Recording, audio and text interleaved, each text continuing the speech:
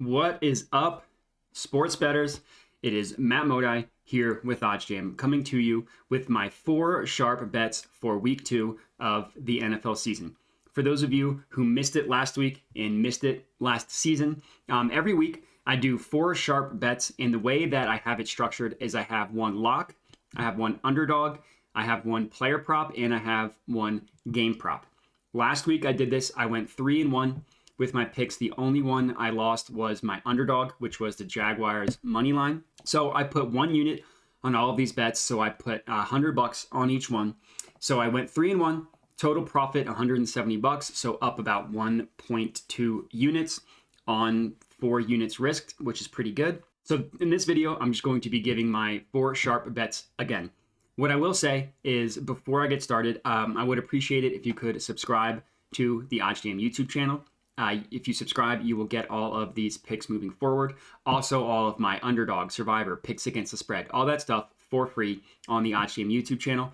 Speaking of free, would appreciate it if you could also subscribe to the OddsJam podcast. It's called Sweat the Bet, hosted by yours truly, Matt Modi and Andrew Kim, another content creator for OddsJam. Episodes come out weekly. We preview the week's best games and we give out our best bets as well.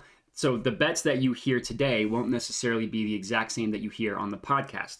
So we each pick 3 that we really like. Last week, I went 3-0. He went 2-1. So we went 5-1 between the two of us. So a great week. We have our episode out now. We each gave out our 3 picks. So would appreciate it if you guys could subscribe to the OddsJam podcast, Sweat the Bet, presented by OddsJam. Any of podcast platforms, it's on Apple, Spotify.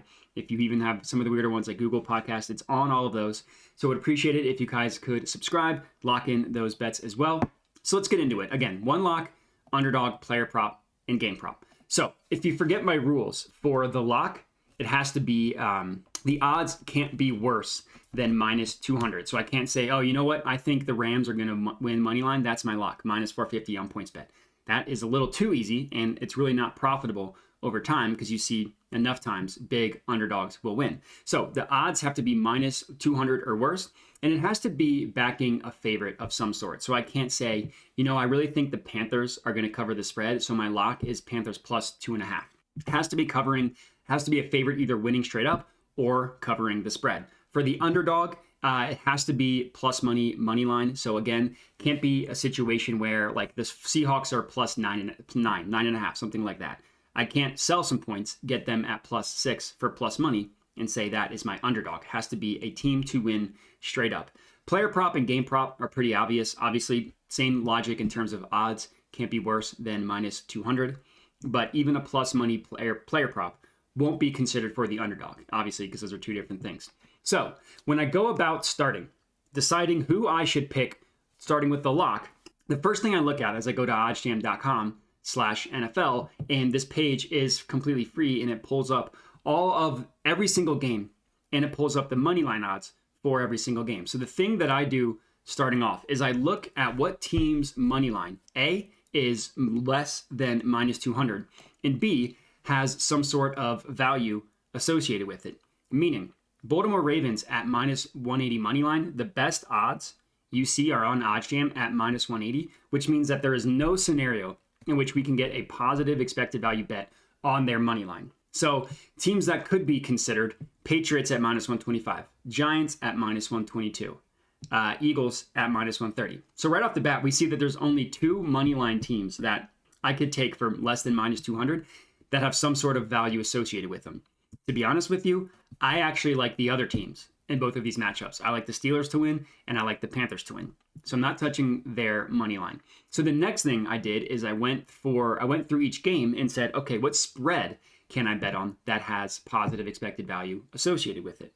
And I looked through the bunch of the games. What I ended up settling on was Bengals minus 7 against the Cowboys. Big spread.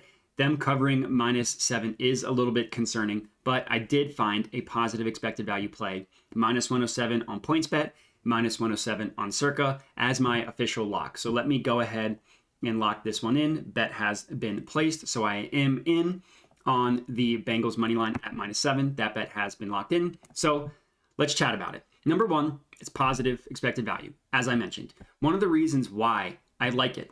So we got it at minus 107. I locked it in on Circa, but you could also lock it in on PointsBet.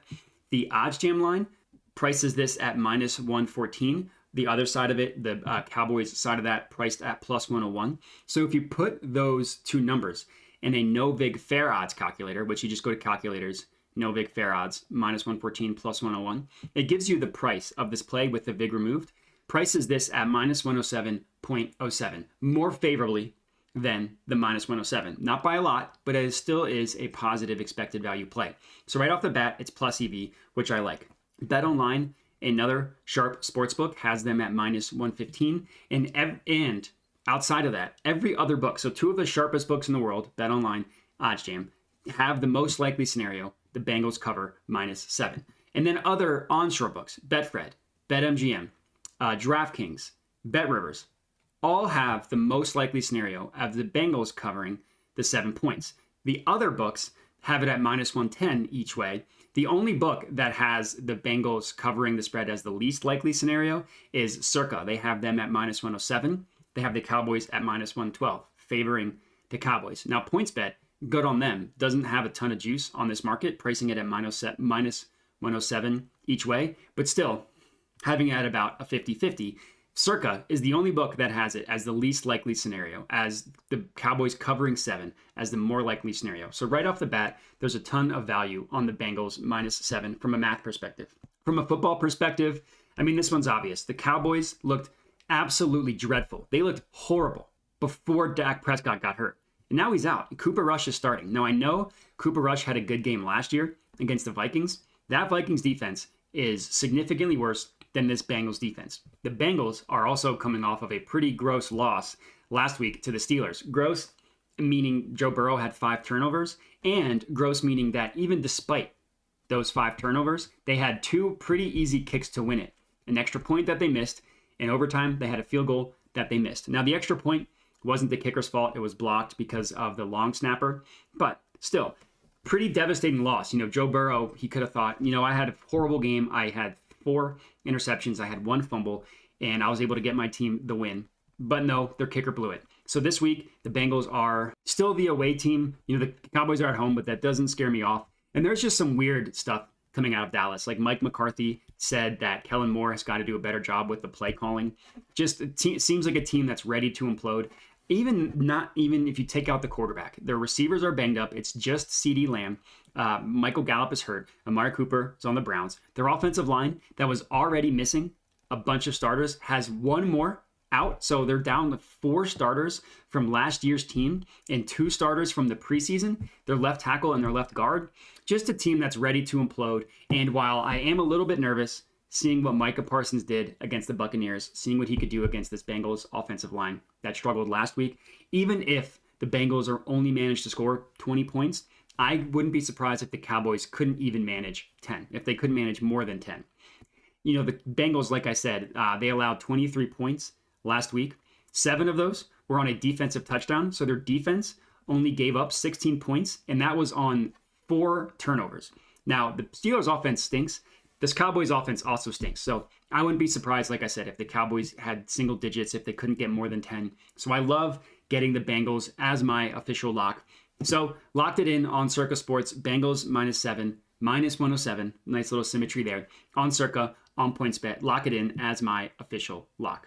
All right, and for the underdog, it's the same exact logic of trying to find a team whose moneyline odds has the best odds. That's not the OddsJam line or Bet Online. We see some good options here. Jaguars, Panthers, Saints. I guess those are the only ones. I'm not riding any of these heavy favorites. But the team that I ended up settling on, and I know this probably sounds surprising coming from me who was super high on the Ravens. I actually really like the Dolphins as my moneyline underdog pick. The best odds are on BetRivers at plus 166, showing me that there is some value there. So I'm going to go ahead and lock this one in, put my unit on the Dolphins money line at plus 166. So I talked about the math, right? As my dog stretches in the background. The Dolphins money line at plus 166 represents a value because they are the best odds. From a football perspective, these two teams played last year. The banged up Ravens team, They lost 22-10, I believe was the final score, but they didn't score a touchdown until there was fewer than 5 minutes remaining in the entire game. They were shut out from the end zone the entire game. This Dolphins defense, the way they play defense, gives trouble to Lamar Jackson. They sit back, they don't let themselves get beat, but they have the athletes and the defensive line and the linebackers, even the secondary, to rally if Lamar Jackson tries to pass. The Ravens are also incredibly banged up, just like they were last year. I think this Ravens team just might be cursed. They have injuries among the offensive line. Jawan James is out at secondary. Kyle Fuller is already out for the year. Marlon Humphrey is looking like he's going to miss this game. Offensively, J.K. Dobbins, he might return, but it's unlikely that he is effective in his first game back, nor is it likely that he gets the full workload. And the Dolphins, I'm not high on Tua, but I think this team has enough speed that they won't need Tua to do a ton in order to have success on offense. Tyreek Hill, Jalen Waddle, really, really good weapons at receiver. At running back, Raheem Mostert, Chase Edmonds, explosive weapons. With the Ravens' injuries that they have, I think that the Dolphins could get it done. I was very impressed with the Dolphins' defense last week. I think they should be able to have another successful day, as I already mentioned. And looking at the Ravens' offense, it actually wasn't as impressive when you dig into the numbers than when you just look at the Bucs scores. They scored 23 or 24 points, 2 long touchdowns that probably you're not going to get against a good Dolphins defense that doesn't get beat deep. But they had less than 275 total yards in this game. They actually really couldn't do much on offense. They just had long touchdowns that you're probably not going to get against the Dolphins. So all in all, it is a little bit of a risk, I understand, but I do like the Dolphins money line in this one, plus 166 as my official underdog selection. All right, and for the player prop, I have Hunter Renfro to go over 4.5 receptions. This was an awesome player prop that I found scanning OddsJam, scanning the positive expected value page. To talk about the math behind it for a little bit, the Novig odds have this at minus 113. I locked it in on Caesars at minus 101. It looks like the odds changed to minus 109. It's still positive expected value, so I'm still going to keep it. I still really like it, mostly because just look where every other book is pricing these odds at. So you can remove Underdog and Prize Picks because they have everything priced the same. But every other book, literally every other book that is pricing this play has the over as the more likely scenario, except for Caesars. DraftKings has the over at minus 125, under at minus 105, favoring the over. Tipico, same thing, minus 130 versus minus 102. Most importantly, 2 of the sharpest sportsbooks in the world, including OddsJam, the sharpest sportsbook in the world, heavily favoring the over. Pinnacle has it at minus 152, the under at plus 115. BetOnline has the over at minus 130, the under at plus 100. Literally every other book that is providing odds for this play, aside from the DFS sites, think that the most likely scenario, except for BetRivers, the only one that doesn't is BetRivers, but they still have it at roughly even money. They have it as about a 50-50. Caesars is the only one that has the under as the favored, as the more likely scenario. To me, there's 2 different ways to think about this. Number one, either Caesars is the smartest sportsbook in the world and all of these other 4 ones, including 2 of the sharpest ones in the world, are wrong. They're just wrong. Or what's more likely is that Caesars just has this one mispriced. The way sports betting works, as you guys know, sportsbooks change odds as they receive money. For whatever reason, Caesars has received money differently on this prop than all of the other books, including some really sharp ones, which means they have this one mispriced. So Hunter Renfro over 4.5 receptions is my favorite player prop, my official player prop for this week.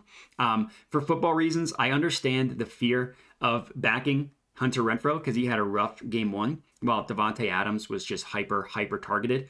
And again, Davante Adams is absolutely incredible, but I don't think that's necessarily the recipe that the Raiders are going to do moving forward. Derek Carr has always been one to spread out the football, and Hunter Renfro is still a target that is consistently open, a great third down, a great red zone target because of his route running. And I think that you're going to see the shift not quite as dramatic in terms of targets towards Davante Adams. Also, another reason why I like it, this game has a very high over-under, and this Arizona Cardinals defense stinks. So we could have good games, both from Adams and Renfro. They could both go over their receiving receptions total, So this one I still really like. Like I said, they could both go over and it wouldn't matter. We would still hit our bet. So official player prop is going to be Hunter Renfro over 4.5 receptions. I locked it in at -101, but since the odds changed to -109, it will be officially reflected, officially locked in at -109 in terms of all my spreadsheet. And lastly, for the game prop, we are locking in the under 45 in the New Orleans Saints versus Tampa Bay Buccaneers game. Literally just locked this one in, as you can see. Locked it in under 45, -107 odds in the Saints versus Buccaneers. So number one, of course, along with every single one of these plays, it's positive EV, right? Use OddsJam on the positive EV tool. That one's obvious. The reason why I like this one, aside from that, is look where every other book is pricing this total. So A, we have just the odds for this specific play, under 45. Circa has it at -107. They're the only book of these four that think the over is the more likely scenario. Pinnacle, BetRivers, DraftKings, and BetMGM, all favoring the under 45 as the more likely scenario. BetMGM pricing the under at -115, over at -105, favoring the under. Same thing with DraftKings, same thing with BetRivers and OddsJam. All of these books think that the under is the more likely scenario, except for Circa. And if you open this up in a new page and you look at where all of the sports books are pricing this total at, literally every other book, every single other sports book has this total below this number. Most of them have it at 44.5, with a couple having it at 44. Like WinBet has it at 44, but then of course Pinnacle has it at 44. But every other book has it at 44.5. Not only that, some of these books actually think the under 44.5 is the most likely scenario. Betfred, under -115. BetRivers, they have it at -115. BetOnline, and this is really important. BetOnline is another sharp sports book that we use to kind of determine true lines of what lines should truly be priced at. Has it at -115, the over at -105, favoring the under at a half point lower than what we got it at. Same thing with Pinnacle, 44.5, favoring the under. Even at 44, a full point lower, favoring the under at -108, the over at -106. Now, obviously not hugely favoring the under, but still, they think the more likely scenario is that this total goes under 44, and we took the under 45. For handicapping reasons, this one's obvious. The Tampa Bay Buccaneers have played the Saints 4 times in the regular season in Tom Brady's career. 2 of those games, the Buccaneers didn't even score a touchdown. They got shut out one game, scored 3 points the other. It's the same defensive coordinator with the Saints. They just promoted him to the head coach. So their defense, which has given Tom Brady fits, should remain relatively unchanged. While I still like the Bucs to win the game and cover the spread, I wouldn't be surprised if they struggled on offense, especially when you consider the injuries. Mike Evans, Leonard Fournette, Julio Jones haven't been practicing so far this week. Already Chris Godwin is out. On the Saints side, I'm not a huge fan of Jameis Winston. Everybody knows that. He had like less than 60 yards passing in the first 3 quarters against the Falcons. He's not going to be able to do what he did last week against this Tampa Bay Buccaneers defense.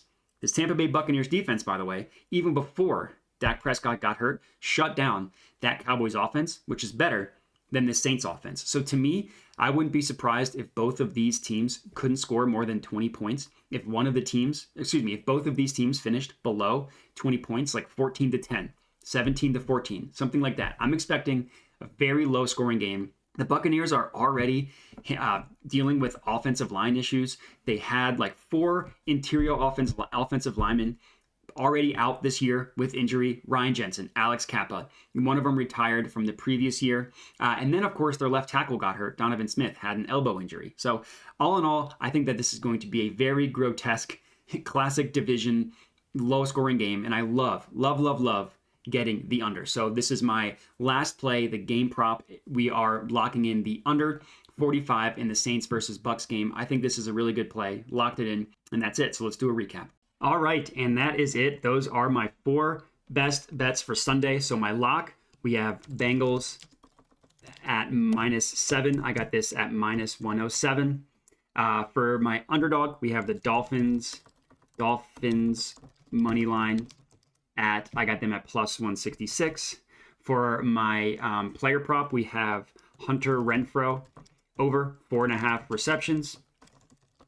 So I locked it in at minus 101, but the odds of what you can get currently are minus 109, so that's what we'll go with. And then my game prop, we took the under in the Bucs versus Saints game, under 45, and this was another minus 107 bet. So hoping to go undefeated today, I guess for Sunday. Again, as you see, I went 3-1 last week, so I'll update this after NFL Sunday when everything is posted. Other than that, as I mentioned at the beginning, please remember to subscribe to the OddsJam YouTube channel. Please remember to subscribe to the Sweat the Bet podcast to get all of our picks moving forward. And that's it. So I appreciate you guys watching. Enjoy the NFL Sunday. If you are tailing these, let me know, but that's it. So again, enjoy the NFL Sunday and have a good one.